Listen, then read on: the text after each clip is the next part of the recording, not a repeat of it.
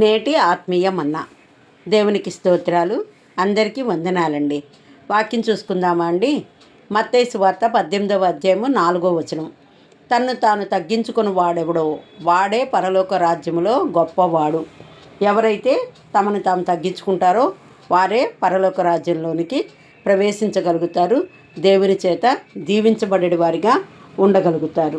దేవుడు మనల్ని ఆశీర్వదించినప్పుడు మనల్ని మనం ఎప్పుడు ఎక్కడ ఎలా తగ్గించుకోవాలో మనకు తెలిసి ఉండాలి.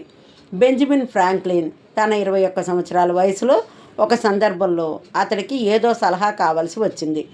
కాటన్ మ్యాథర్ గారి దగ్గరికి వెళ్ళాడు. ఆ సందర్భంలో జరిగిన సంఘటనను ఫ్రాంక్లిన్ ఇలా వివరిస్తున్నాడు. మ్యాథర్ తన గ్రంథాలయంలోనికి నన్ను ఆహ్వానించాడు. నేను వెళ్ళిన పని అయిపోయింది కనుక సెలవు పుచ్చుకొని వెళ్ళిపోబోతున్నాను. బయటికి వెళ్ళడానికి దగ్గర త్రోవ చూపించాడు.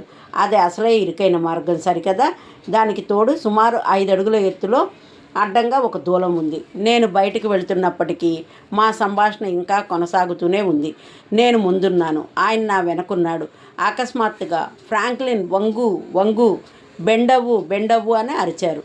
అడ్డంగా ఉన్న దూలానికి నా తల తగిలేంత వరకు ఆయన ఎందుకు వంగమన్నాడో నాకు అర్థం కాలేదు.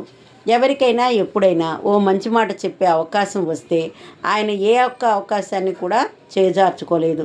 ఇప్పుడు ఇలా జరిగింది కనుక ఆయన నాతో, ఫ్రాంక్లిన్, నీవిప్పుడు యవ్వనుడవు, నీ ముందు చాలా జీవితం ఉంది.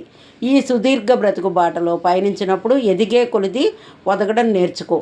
నీవు నీ పనిపాటల్లో విజయం సాధిస్తూ ముందుకు దూసుకొని పోతూ బిజీగా ఉన్నప్పుడు తగ్గించుకోవలసి వచ్చినప్పుడల్లా ఎంతగా నిన్ను నీవు తగ్గించుకోగలవో అంతగా తగ్గించుకో. అంటే నేల మట్టుకు తగ్గించుకో. దానివల్ల తలనొప్పి తీసుకొచ్చే సమస్యలు, తలకు కట్టే బొప్పలు తప్పించుకోగలుగుతావు. సాఫీగా ముందుకు సాగగలుగుతావు అని చెప్పాడని అన్నాడు. తగ్గించుకొనడం అనేది దైవ స్వభావం అండి.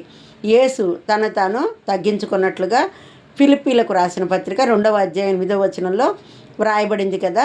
కనుక నీవును ఈ స్వభావాన్ని కలిగి ఉన్నట్లయితే తలకు బొప్పి కట్టకుండా అడ్డంకులను ఎదుర్కోవలసిన పరిస్థితులు ఎదురైనప్పుడల్లా నీవు ఈ స్వభావాన్ని నీ క్రియలలో కనపరచు. నీవు ఎలాంటి స్థితిలో ఉన్నను ఒదిగి ఉండడం అలవరుచుకో. అప్పుడు నీ స్థితి హెచ్చుగా ఆశీర్వదించబడటమే కాకుండా అన్ని విషయాలలో నీవు బహుగా హెచ్చించబడతావు. ఆ విధంగా చేయటాన్ని బట్టి, వినయము మరియు దీన మనసు కలిగి ఉండుటను బట్టి నీవు ఘనత పొందుకుంటావు. పరలోక రాజ్యంలో గొప్పవానిగా కూడా దీవించబడతావు. కాబట్టి ఎదిగే కొద్దీ ఒదిగి ఉండేడు వారముగా ఉందుముగాక.